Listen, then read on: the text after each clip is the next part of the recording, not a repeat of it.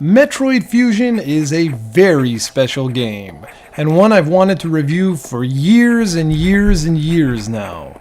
Between March 19th, 1994 and November 17th, 2002, Metroid fans had a mind-blowing, earth-shattering 0 new Metroid games released.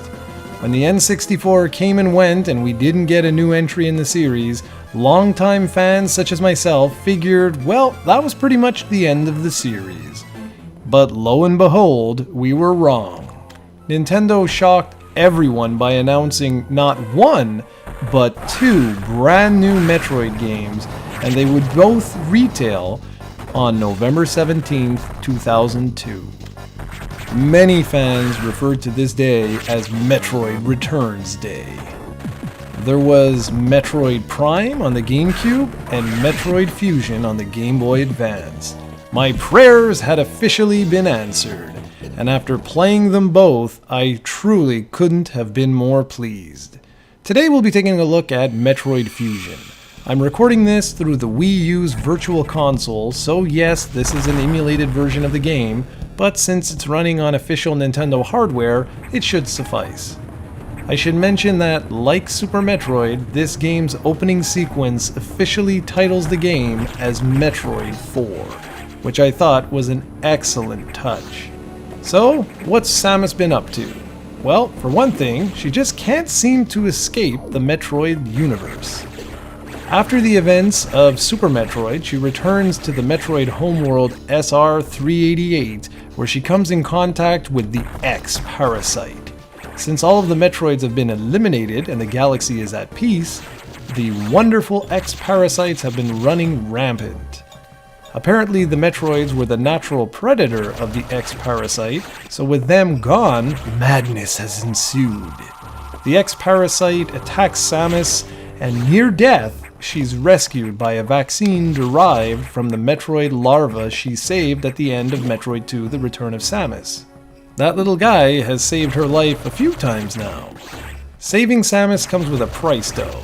Her DNA is completely altered. Her now famous classic power suit is completely changed, and she's defenseless against a brand new threat. It turns out some of the creatures captured on SR-388 for further study were taken to the biologic space labs where Samus had her surgery.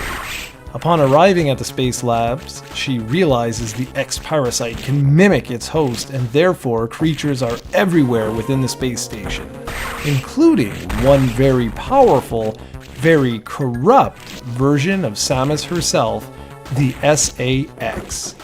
This is by far the most powerful foe Samus has ever faced, as the SAX has all of her power-ups from the end of Super Metroid, and it will take absolutely everything she has to stop this incredibly powerful enemy.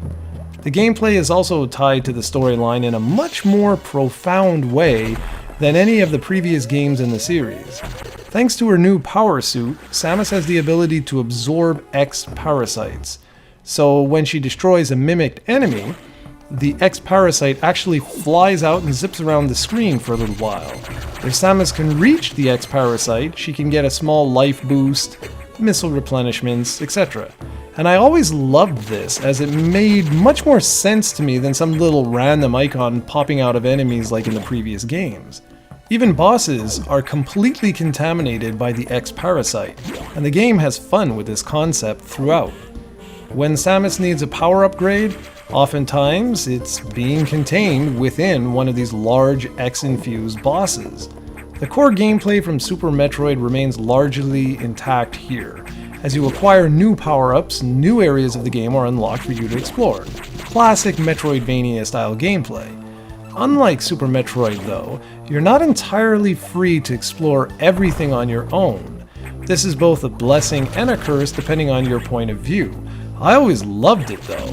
Throughout the game are navigation rooms where you're fed new story bits, but also pointed towards the general direction of your next target. The target is often a boss or a weapon upgrade.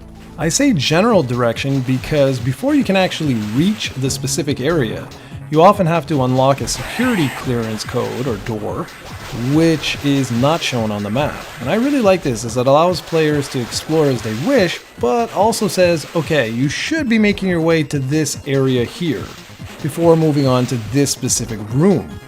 It really helps if you stop playing for a week or two or a day or two, as you'll need to know where you're going to go next, and I love that, so you're not completely lost.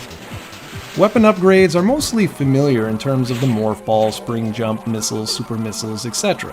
The thing is, there are many new inclusions as well, which I'm not going to spoil for you. Another element of the game I absolutely adore is the SAX encounters. These are genuinely creepy. In all the other Metroid games, you had this unrelenting feeling of being alone, claustrophobic even.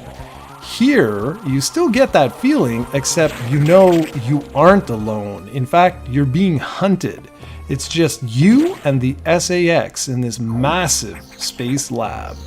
And if you ever do encounter the SAX, you can be killed with one shot. It's absolutely awesome and always raises the tension when a certain musical cue plays out.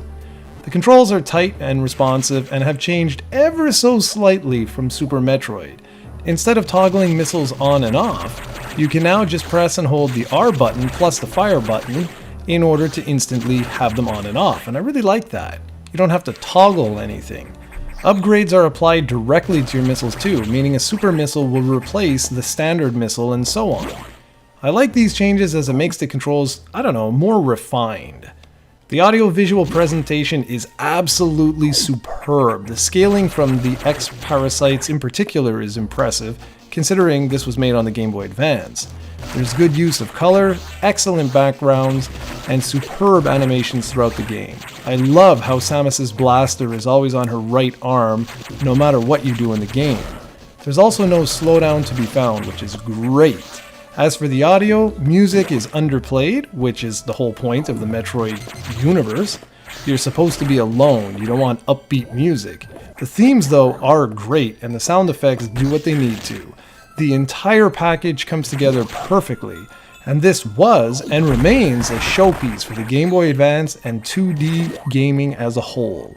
Intelligent Systems and Nintendo R&D 1 put together an incredible game with Metroid Fusion. It feels like a real proper sequel to Super Metroid, and it's a deserved one. In the coming months, I'll be following up this review with a look at Metroid Zero Mission, and sadly, that is where our love affair with 2D Metroid games will end. Nintendo has not continued the 2D line of Metroid games since Zero Mission, which was released way back in February 2004, and unfortunately they show no signs of continuing the 2D Metroid series moving forward.